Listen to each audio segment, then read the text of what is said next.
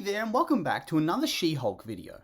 And recently, we saw the release of the latest episode of She-Hulk titled Superhuman Law, which picks up where the first episode left off with Jennifer Walters getting her power from her blood mingling with Bruce's, and then after a quick crash course in controlling her Hulk form, she pieces out, tells him she doesn't want to be a superhero and goes on her way. Until she finds herself in a heroic situation after all, as her court date is gate-crashed by a villain named Titania, who she ends up knocking out in one shot, and thus, the She-Hulk is born. And so yeah, this episode follows the aftermath of all of that.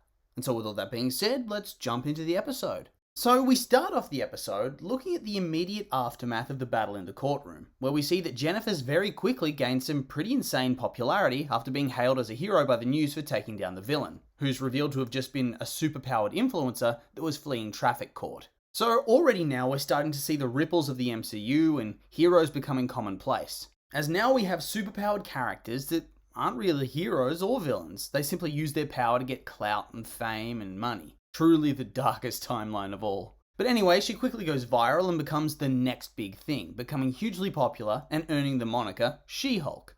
A moniker that she hates, and honestly true, I don't mind the name, but it would be so frustrating for you to be a hero and then to have the media give you a name that you don't like or you feel isn't quite accurate. It's like in Iron Man when Tony's a little bit annoyed that he gets the name Iron Man because his suit isn't made of iron. I feel like this was another one of those really relatable superhero moments. Also, I really enjoyed how the court artist completely embellished the fight between She-Hulk and Titania. They made it seem so much more dramatic than it actually was, like an actual brawl instead of a knockout punch. She then gets to briefly revel in her fame as she arrives at the bar, slaps down the local misogynist and gets free drinks, and then tells her friend how she doesn't want to be an Avenger or a superhero and just wants to keep practicing law like she always dreamed of. Before her boss turns up and fires her for losing the case and becoming a liability for the DA's office by being a hero. Which is kind of harsh, like damn. Punishing her for not letting those random citizens get injured, I feel like that's a bit brutal. But it also did kind of feel true to life that this would actually end up happening to someone. But it doesn't make it less sad. Honestly, it's almost like a supervillain origin story. Loses her career all because she stepped in to help people in need. And it's made worse by the fact that she reverts to human form for this serious conversation, and thus her metabolism changes and she gets instantly drunk and humiliated. Which of course would just make things even more traumatic for her. Not only was she fired for doing the right thing, but she's then embarrassed in front of her former boss and co-workers at her regular bar. Whew. But then this next scene, that's where my BS meter starts beeping.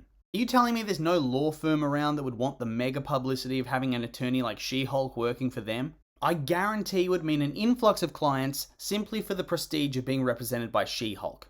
If you're humming and hawing about your choice for legal representation, and there's a law firm where a superhero can represent you, and she actually seems to be good at her job, I could see people taking it. Maybe you couldn't really give her the high profile stuff, but I still think it would be a good investment for your firm. And in this montage where she gets rejected over and over, and you can even see the quality of the office get worse and worse in the background. Like, come on.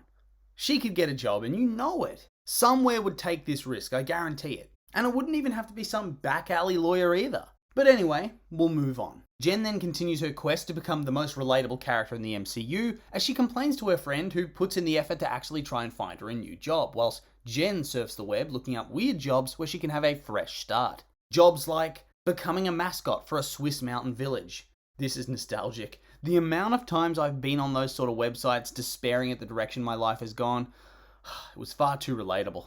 And honestly, this whole friendship between Nikki and Jen just feels so realistic. Like actual real characters that could exist instead of never-ending quip machines. Their conversations and their actions actually feel natural as opposed to reading off a script.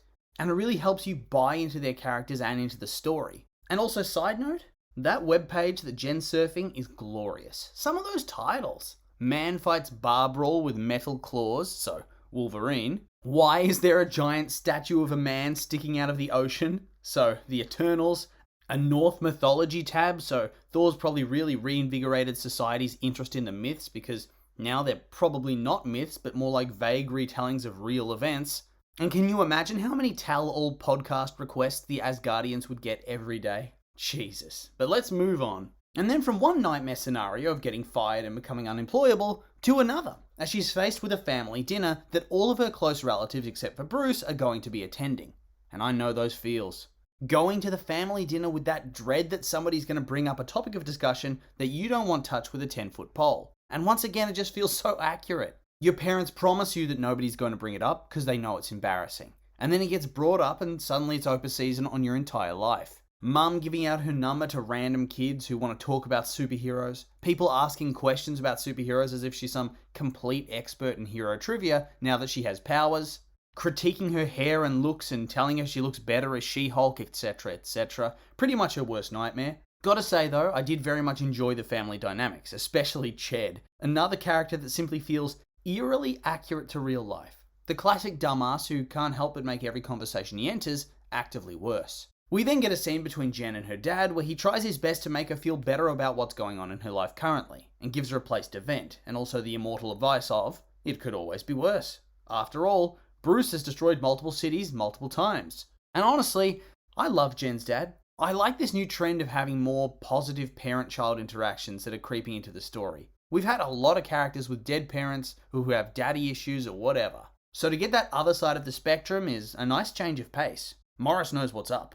And he gives some good advice. But she still needs a drink after this, so it's off to the bar, where she's approached by the guy that was clearly going to lose in court last episode before Titania busted in and ruined the whole thing.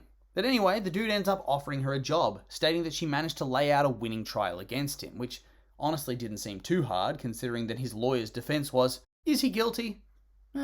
Maybe. Not exactly a winning hand, if I do say so myself. But then again, maybe compared to the quality of lawyer he expects, she seems like a massive prodigy. Either way, she's told she's going to head up a new division and that she'll start on Monday, and then off he goes into the night. We then skip ahead to the next day, where she arrives at GLK&H and continues being too relatable when she pushes a pull door before she meets up with her new boss, who reveals that she's going to be heading up the superhuman law division to accommodate how society's changing now that superhuman abilities have become far more commonplace. And just like I suspected, turns out this company did in fact want her for the publicity, as she's told to turn up to the office and to court as She-Hulk, not as her human persona. Really hoping that suit is stretchy, otherwise it's going to be an awkward first day. And then she stops listening to her boss for a time to complain to the camera that despite the fact that she's completely and utterly qualified for this position, now everybody's going to think she was only hired to be a figurehead or a mascot type of thing, because she's She-Hulk. Which is actually kind of true, but still. Honestly, I think she might have gotten the offer anyway if She-Hulk didn't exist, considering he seemed very impressed that she had a winning case against him. And then, since she wasn't listening to what he had to say, she gives a vague response to a question she didn't hear, and thus, she has no idea what she said. And more importantly, no idea what her boss has taken away from it. Hopefully it wasn't something awful. But anyway, she settles into her office, which is pretty impressive, and tries to complain to Nikki about all this, who basically tells her to pull her head out of her ass and enjoy the perks of her job. And yeah, honestly, it could always be worse. The pair then meet a co-worker named Pug, who gives them a welcome basket with office supplies, snacks, and a map that leads to the best bathroom to take a shit. Nice guy. I'm guessing he's going to be somebody's romantic interest at some point. He just has that vibe. We then cut over to Mr. Holloway's office, where he acts like a complete arsehole, casually firing somebody and then transferring somebody else to Minneapolis simply because they hate the cold. And he thinks it would be funny. So he's clearly the worst sort of dude, but at the same time, it actually is kind of funny, especially the Minneapolis part. And more importantly, his insistence that his assistant tells the guy the exact reason he's being transferred to begin with. What a strange power move this is. He then moves on to Jennifer and tells her that her first case is going to be handling the parole of Emil Blonsky, aka Abomination, the villain from the first Incredible Hulk film, who was most recently seen in an underground fight club in a pre-planned battle with Wong. Jennifer, since she has a conflict of interest with this case, as the Abomination tried to kill Bruce, her cousin, tries to refuse, only to be told that she'll be fired if she doesn't take on the case. So she heads to the maximum security prison where he's being held, and turns out he's had a supposed spiritual awakening and now spends his time pining after his 7 soulmates that he's met through the prison pen pal system, and writing haikus expressing his regret at his past actions. Also really like that they acknowledge that he was kind of screwed over quite hard by the government in Hulk, and that honestly, more should have been done to help this guy. Especially since after that film, they still had a dude like Bruce Banner running around who could still get angry and lose control at the drop of a hat. And he literally does that in Avengers 1. I really hope this isn't going to be some big gotcha moment and he has actually changed. I want to see him living out his life with his 7 soulmates. We then head back to Jen's house where, long story short, she tells Bruce that she's going to be taking a new job working with Blonsky as her client. And Bruce is perfectly fine with this because it's been years, Bruce survived, and he received a nice haiku in the mail, so he's all on board the Redemption Express.